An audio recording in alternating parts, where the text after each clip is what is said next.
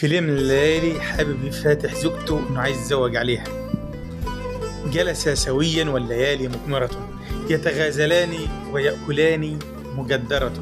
قال الحبيب مازحا: يا حبيبتي يا زوجتي، إني أراك فقيهة متنورة، إن العنوسة في البلاد كثيرة وكبيرة وخطيرة ومدمرة، ولقد وجدت اليوم حلا رائعا لو تسمحين حبيبتي أن أذكره.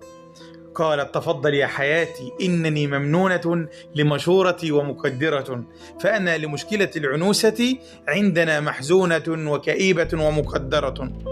قال الحبيب: أيا ربيع العمر، ما هذا كلام حكيمة ما أكبره، لو أن كل رجالنا قد عددوا لم يبقى من جنس النساء معمرة، فإذا قبلت بأن أكون ضحية ونكون للأجيال شمسا نيرة، فلئن رضيت فإن أجرك طيب، فجزاء من ترضى بذلك المغفرة. ضحكت وقالت: يا رفيقي، إنه رأي جميل، كيف لي أن أنكره؟ عندي عروس لقطة ترجو لها رجلا ليسترها الحياة وتستره، فإذا قبلت بها سأخطبها غدا قبل الفوات، فإنني متأخرة.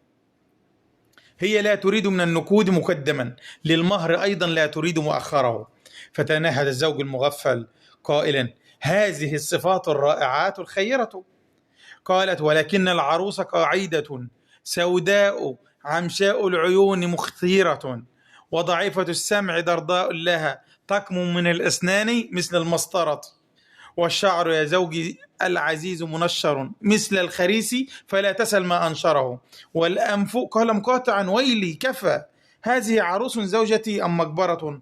فتخاصم الزوجان حتى قبعت ما بينهم نار الحروب مسعرة، واستيقظ الجيران ليلا هزهم صوت الصراخ كأنه متفجرة، ورأوا أثاثا متطايرا قد تطاير في السماء صحنا ومقلاة وكذلك طنجرة، كأسا وإبريقا ومكنسة، كذا سمع استغوثة صارخ متجبرة. ذهب الزعيم إلى الدوام صبيحة لكأنه بطل المعارك عنطرة، ما فيه إلا فشخة في رأسه، يده إلى الكتف اليمين مجبرة، وبعينه اليسرى ملامح كدمة كحلية، وكذا الخدود مهبرة، وبه ردود في مفاصل جسمه لكأنما مرت عليه مجزرة. ومضى يقص على الرفاق بأنه قد حطم الوحش المخيف وكسره. ضحكوا وقد علموا حقيقة أمره. تبا، لقد جعل الرجولة مسخرة، عاد الخروف لزوجه مستسلما ومعاهدا ألا يعيد الثرثرة. قالت: لعلك قد رأيت بأنني لخلاف آراء الحياة مقدرة، لكن لئن كررت رأيك مرة فلأجعلن حياة أهلك مرمرة. تحياتي.